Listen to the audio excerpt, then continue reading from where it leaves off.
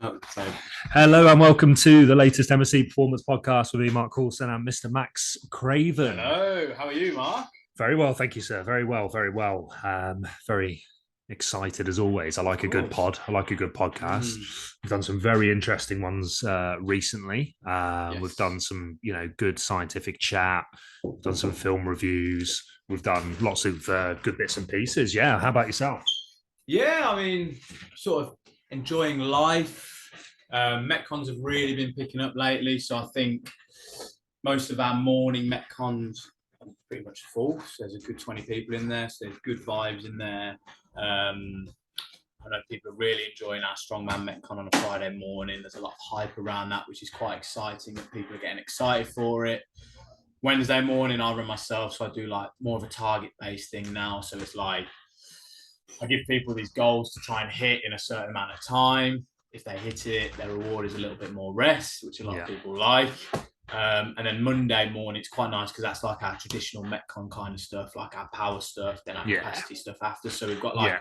a nice split of Metcons at the moment going across the week, which is good. And you kind of feel it in the gym at the moment, like that buzz around it all. Do you think? Definitely, definitely, yeah. Like the Metcons are, obviously we have a bit of a capacity on it, limited to 20 people, and like people are having to get booked in quick. Mm-hmm. But there's a real buzz about the Metcons, especially Yeah. those morning ones, real, going down really well. And like you say, I think a nice mix of things during the week. Like you say, a bit of power stuff on a Monday, Yeah. followed by like traditional capacity stuff. Wednesday's like very hard aerobic, Oh, yeah. like tough, great work in terms of like just lots of variety in the movements, lots of stuff Grindy. going grindy, Grindy. grindy. And then Friday's always been the kind of unofficial strongman special. Mm. If you know, you know type thing. Yeah. How long's that So been running for? do you know what? A Like the very long strongman time. stuff. So we used to back in the day, we used to have a strongman specific class. So it Mm. was on the timetable as strongman. Okay. So it was a separate entity, if you like, to the Metcon. We used to have it on a Wednesday night, and it was really good. Like it Mm. was really really fun. And then we just eventually decided to change it up a little bit, and people were getting quite confused like Mm-hmm. when they were coming on board because we were offering a lot, and Yeah. it was a little bit like, oh, but I want to do barbell, but I want to do metcon, I want to do strongman. Yeah. People were looking into it too much, so we simplified it and just said, right, we're just going to call strongman metcon now. Yeah. And also what that will do is give us a little bit more variety to add a little bit of strongman in throughout the rest of the week as Yeah. well. Like, even on a Monday or Wednesday, sometimes there'll be like carries, there'll be like strongman elements in Yeah. there. Of course. And then we've kind of changed it to the Friday morning became, I think it was because I was coaching the Friday morning myself, and I had a bit of a bias towards that sort of way of training, and I wanted to like start giving the morning guys an opportunity to do strongman type stuff, and then it kind of grew from there, and it's become like the sort of the strongman The session on a strongman session. Friday morning, and I think it just works really well on a Friday. It's just a It great does. way Yeah. to finish the The working week. week, and it's a very satisfying session. I think Yeah. when Get the logs you've in. get the logs in, get the heavy lifts in, and then it's a good blowout. It's a good Yeah. blowout. But like you say, nice balance across the week with the Metcons, Yeah. I think with it is. those different energy systems working throughout the Of week, course. different loads and intensities. Yeah. And yeah, real buzz at the moment, real buzz. Lots of new members recently as well, getting Mm-hmm. stuck in, Yeah. hitting the standards, Yeah. straight away. And the standards are, there's going to be different ability levels, Of course. which is always absolutely fine. And I think the great thing about the Metcons is, we can, it's very easy for us to tailor that to the individual. Yeah. So if we're doing an aerobic based session, like on when you run your Wednesdays, for example, Mm. there's always the ability to scale up a little bit, Yeah. Of scale course. down a little bit, based on your ability. But still getting equally as an effective workout. Yeah, and it's all along with like all of our metcons, even the strongman to an extent. I know there's bits of equipment in there that you think, well, that just scares a lot of people. But like most of our movements in the metcons are very like basic, so it's like we never overcomplicate them. So if there is new members coming in, we don't have to spend X amount of time actually teaching them that movement. So like Yes, yeah, we use those kind of movements that they'll literally be able to get stuck in if they're like want to push themselves more, they can load up more weight, they can go harder, Yeah. etc. Same thing when we do like our power stuff. Like I always tell people, like you get in what you put out, in a sense of like for that power start where you do like 20 seconds hard work. If you're not getting a sweat on, it's because you're potentially not working hard enough. Like you're only getting out the amount you put in. Like I know if I did that kind of stuff, if I worked as hard as I could for 20 seconds, I'd be absolutely knackered. Yeah. So it's like if people aren't getting a bit of a sweat on or a blow on, it's potentially because they're not working hard enough. That's a real eye opener for people, I think, when like, you know, people talk about high intensity training and things like that. And when we do the power output stuff, like you say, like working for 10, 15, 20 seconds, like 20 seconds especially, like, wow, if you're working like flat out 100% for 20 seconds, that is full honking, full goo, like horrendous. Like that is tough. A real tough, like you know, with my own conditioning, sometimes I've worked a lot off like 20 on, 2 minutes off, and that sounds like Mickey Mouse stuff, but like absolutely honking, like horrendous. You need to earn that, and that's you need to earn that 2 minutes off, and like that's a big eye opener for people, I think, who maybe think they've done like high intensity stuff before. But they haven't, you know, like, you know, they're worth. They haven't. Yeah, it's a bit aggressive, that one. A bit aggressive. Like, so what? God, talk through. So what's there's one movement in like Mark Coulson's special Metcon? Yeah, that you think, oh, that'd be horrible for them to do. What's like the one movement that you think kills people the most? 20 seconds, balls to the wall, hard as you can. Yeah. Yeah. Do you know what? Like a prowler up down. Oh. So, you know, sprinting with a prowler, throw the prowler, hit the deck, back up again, go. Like 20 seconds of that, because it's enough like time and attention in the wheels, you know, in the legs to, you know, to build up, you know, that you know, even that bit of lactate in that short period of time, a little bit of lactate. And then but also the fact that it's like up, down, you know, those body weight aspects of hitting the deck, getting back up again. Very, very tough. You know, you're not far off, you know, with an assault bike, you know, with the rogies. 20 seconds full goo. Wow. Yeah. It's like I think I hurt a few people at the Wednesday one, because so when I did my more aerobic stuff, I gave that goal and I said, I think they had 2.5 minutes of work and they had to hit something like 825 meters. And sometimes when people pair up, I say, right, you can either do it time-based, you can go effort-based, etc. Loads of different ways. I told them, right, today I want you going 100% efforts, and it's literally as soon as you see your partner flailing, that's when you hop in 100%, because over that 2.5 minutes, getting as close to that 100% effort is going to accumulate more distance rather than going for, say, 30 seconds, one person on, but it's like that percentage will drop quite dramatically over that 30 seconds rather than 100%, 100%, 100%. And I think that it was kind of like a trap, because it killed people quite early on doing 100, 100, 100. Yeah, I like that though. I love the team aspects, like the, you know, the little team drills, partner drills.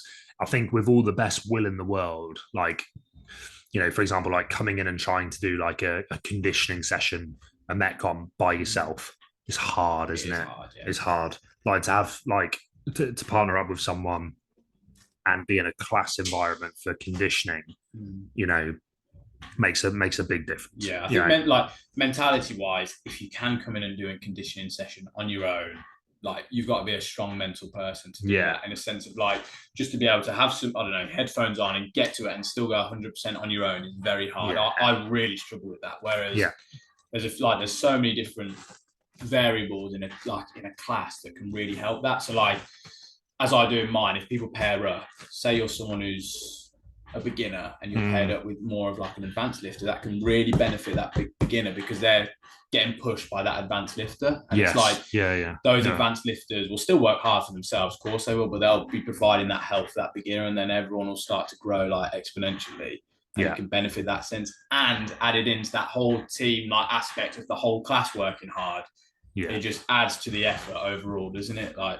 I love that about the you know, the MSC vibe. Like with, I always say to people, you know, you get your more advanced guys who've been here for 6 months, a year, And like, I love the way that those guys take the new guys under the wing, and like they'll partner up. And you see it in Barbell Club as well, and you see it in the Metcons where, like, say you get a new person working in, and that's like, okay, they're working at their level, the advanced person's working at their level, like you're not trying to match them, but it's that little bit of inspiration of like, wow, and people say, like, they'll say to me, and I'm sure you've said it to yourself, like, wow, like, try and keep up with that person, or like, how long, how, they must have been trained for years, and that person sometimes only been here for 3 months or 6 months, but they've already hit obviously a good level. And for the new guys, like, you often see like they get quite inspired by that. Oh, without doubt. And I love, like, and it's also beneficial for the experienced guys as well, because it's just like you see it a lot in Barbell Club where it's like,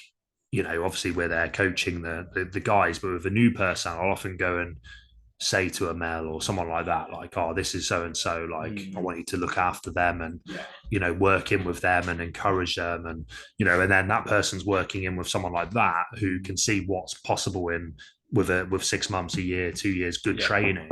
And then alternatively, it's great for Mel to build up that like have that responsibility of building someone up. Of course. And I think with those advanced lifters, actually building that kind of relationship with the beginners, it kind of, you can see that once you've been lifting for like, I don't know, 3 months, you often find that people kind of like having that feeling of knowing that they've got the kind of knowledge that they can give it to beginners. Like, I look, like, you can see it when, as we say with Mel, like when she teaches or is overseeing like a beginner, you can see she gets a lot of enjoyment sort of knowing that she has all this knowledge that she can then pass over onto the beginners.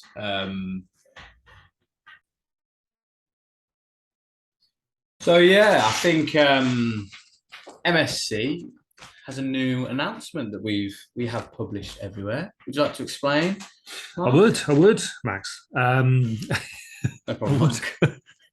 I would. We're relaunching the Weightlifting Club, cool. Which is very, very exciting. So we used to have a weightlifting or Olympic lifting, if you're not familiar with the terminology. We used to have a club back in the day. It's kind of before we really developed Barbell Club into what it is now. Yes. So we had to make a bit of a choice logistically and to push forward with the Barbell Club. But now I think we're in a position where we can look at relaunching that. So we're going to be starting off with a 6-week course, September the 5th. I'm going to be starting. It's going to be Monday and Wednesday evenings at 7 p.m. Yeah. Due to high demand, we're keeping it to members only. And yeah, within a day of announcing it, we've filled 8 or 9 spots already. Yeah. We want to keep it at 12 max, so there's a couple of spots left for anyone who's up for it. But yeah, it's going to be really exciting, sort of new product for MSC. We've always been very strong with the weightlifting, both in terms of equipment, in terms of coaching, in terms of like some of the guys we've had, lifting down here. And this feels like, a really positive step in the right direction in terms of like utilizing all those things, and hopefully developing some weightlifters out of people who haven't really tried it before. But I think the good thing with weightlifting is like, even if some of these guys, like, they might not necessarily be looking to go on and compete or anything, but it's just a great skill to learn, isn't it? And I think timing wise, it's perfect, isn't it? Coming out of the Commonwealth Games, like, there was the whole like buzz around the gym with obviously the Indian weightlifting team training here. Jazz was obviously competing. Like, I think it's all sort of tied in together quite nicely. And you've had quite a few since. It's weird, isn't it? Since the Commonwealth, you've mentioned, haven't you? You had quite a few inquiries about weightlifting, whether we do anything. So I think us promoting it and getting it sorted now, timing wise, it's probably worked quite well. And like, the interest is definitely there, isn't it? Throughout the gym. 100%. Yeah, I think there's a bit of a wave of excitement off the back of the Commonwealths, and I think like a lot of the members are being inspired by seeing Jazz compete, at the Commonwealths and doing so well, and just the whole thing, has just created a bit of a buzz for people to give it a try, and it's just yeah, it's just such a cool sport to Brilliant. to try out. So we're really buzzing for that, and I think with 2 sessions a week, it's the right amount where people can still do their other training around it. Obviously, it's not going to be anything too heavy at the start for most people. It's going to be learning the skill, the technical side of it, because it is a very technical sport. That is the number one thing that a lot of people yeah, not sometimes forget, but it's like weightlifting. I see people lifting these tremendous weights, but it's there's so much technical ability with it, and you need to drill that in like as early as possible and get right cues in before you worry about putting any weight on the bar. That's why you see all the classic wooden sticks, and all of those. 100%. It's a very skillful movement is or movements, very technical. So we'll be focusing a lot on the technical breakdown.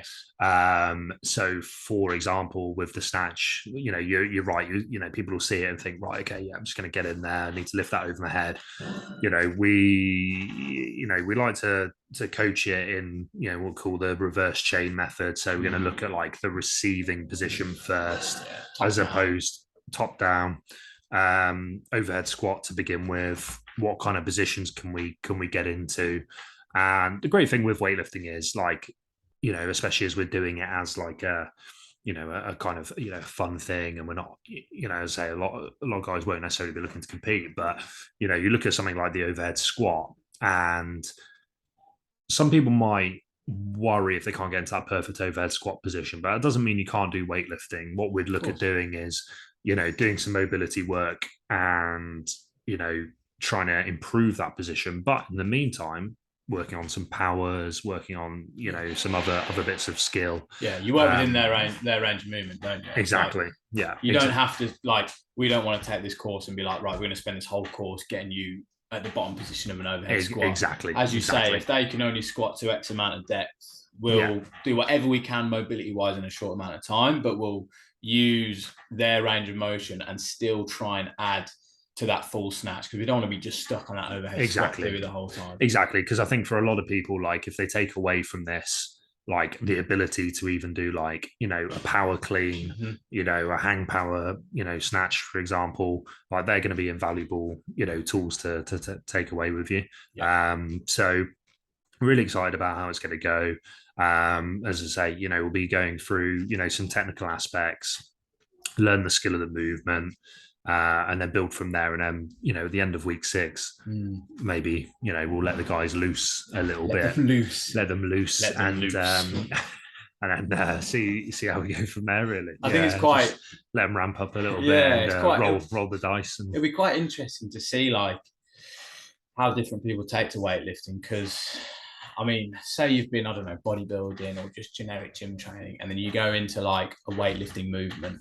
It's just such a different like transfer of power, isn't it? Because when you're lifting a weight A to B, but you want to like create the most amount of stimulus on a certain body part, you're gonna be nice and controlled and not particularly think about power too much. You'll drive up as hard as you can, like through the concentric part of the movement. But even going into weightlifting, generating that kind of power through that movement there's nothing like it. It's so different. Yeah, it's so different. If you ever try and get someone who's like got a bodybuilding background to try and do Olympic lifting, it's like quite hilarious initially to see movement, because they're so stiff and deadlift. Everything's time under. Exactly.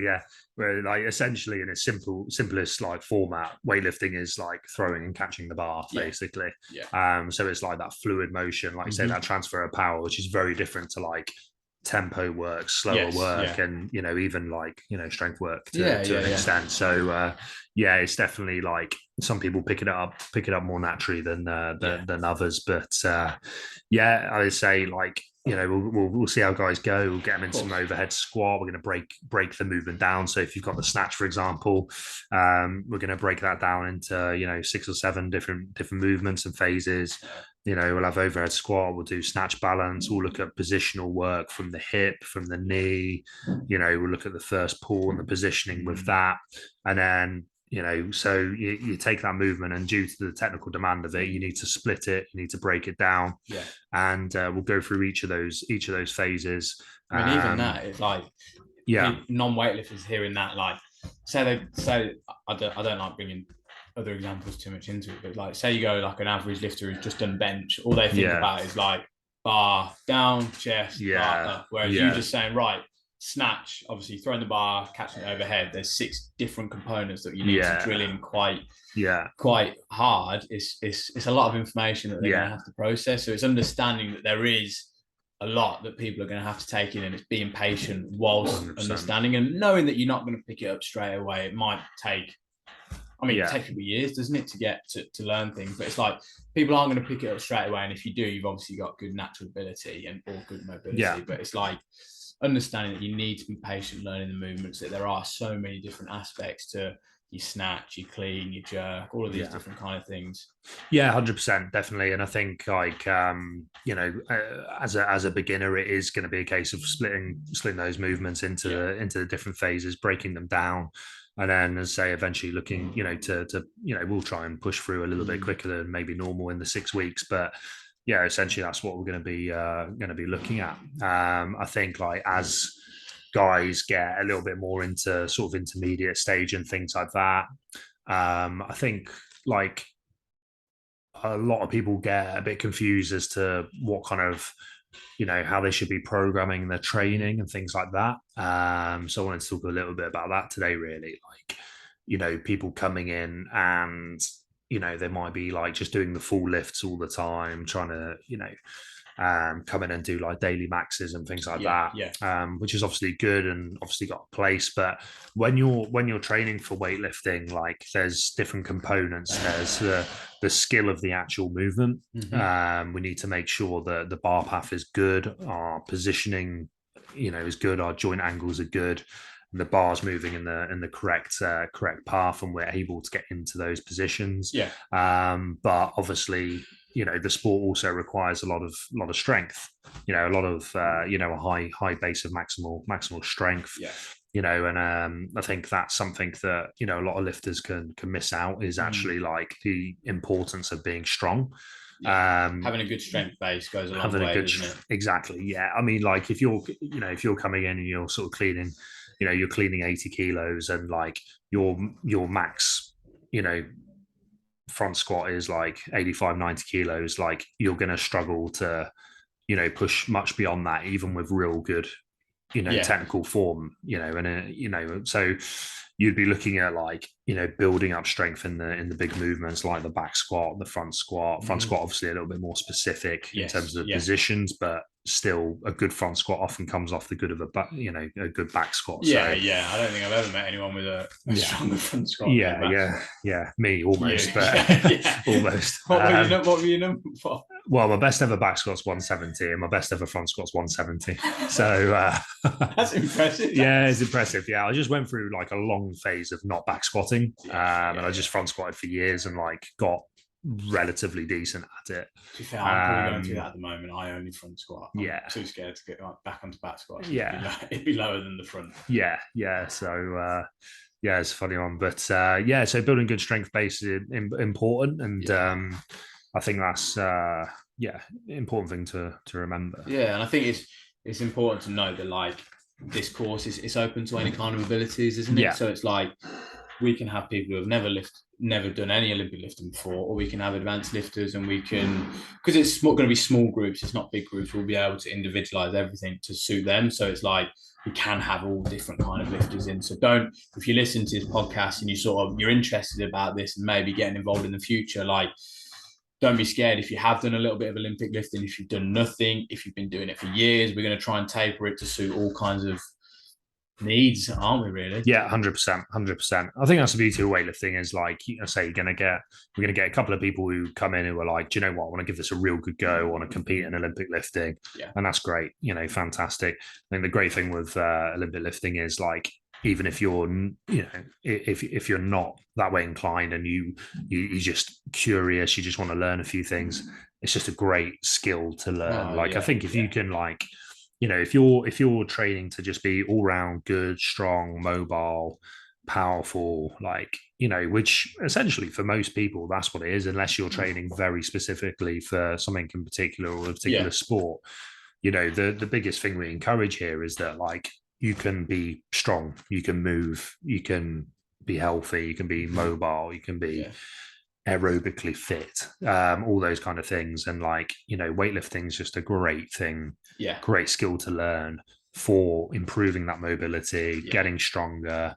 It'll help with everything else, won't it? Exactly. Within the gym, like there's Exactly. loads of transfer over to so many different movements. Loads of transfer, and then like, even if you're an athlete, like I know, there's always a bit of controversy around the need for Olympic lifting, when you're an athlete, but bottom line is, that you do, if you're doing the movements well, with enough weight, it does produce a lot of force, a lot of power.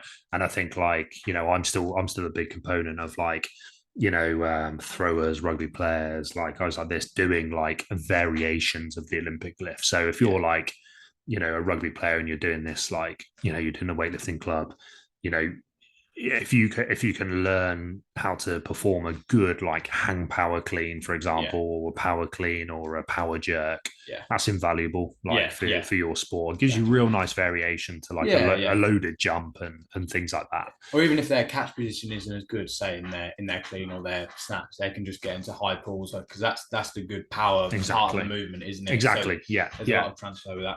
And if you can learn a good power clean, like, and then you, like you say, you just break that down in your program, just do pulls, and you get used to like throwing, catching, then that is massive, even if you don't go on and take on the full lifts for the long term. So I'm looking forward to it. It's going to be good fun with the guys. Going to look at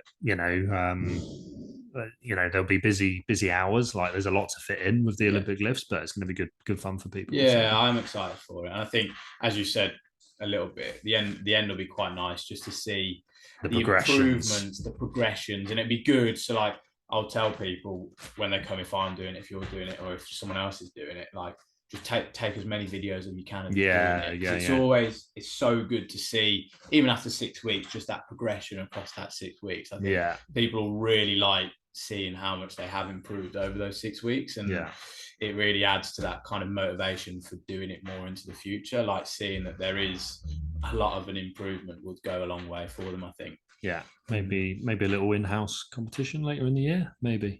No, what? Teaser. Special mention to Coach Rogers. Happy birthday. We've got a nice little print. Should we show, if you're watching, this is the most people listen on Spotify, don't they, I suppose, but we've got this means they've got to actually watch the old video. You've got to watch the video. We've got Mr. Rogers a princess tiara birthday cake, because he's a princess, isn't he, really? Yeah, he's a delicate little dove. How old is he? Lovely little dove. Young age of I think he's 35 now. 35, 35, 36, Still young. He's a bit older than me. But special mention. He's peaking. So, of course. Happy birthday, Luke. I think that's a nice place to stop there. More than happy to. Happy days. Excellent. Happy days. Excellent. Any questions about the weightlifting, guys? Give us a shout. As I say, few spaces left. We do want to keep it at 12. I think will be perfect for the first course. We're going to run this 6 weeks, and we're going to get a gauge as to what the interest is, how it's going, and if there's a place for a regular weightlifting club again. Just stay active on our socials, because if there is announcements, that's the best place to find out about it, isn't it? So you can, if there is going to be stuff in the future, you can be first on the sheet then. Absolutely. Magic. First on the team sheet. First name. Lovely. Good stuff. Excellent. Thanks for tuning in, guys. Cheers. See you later.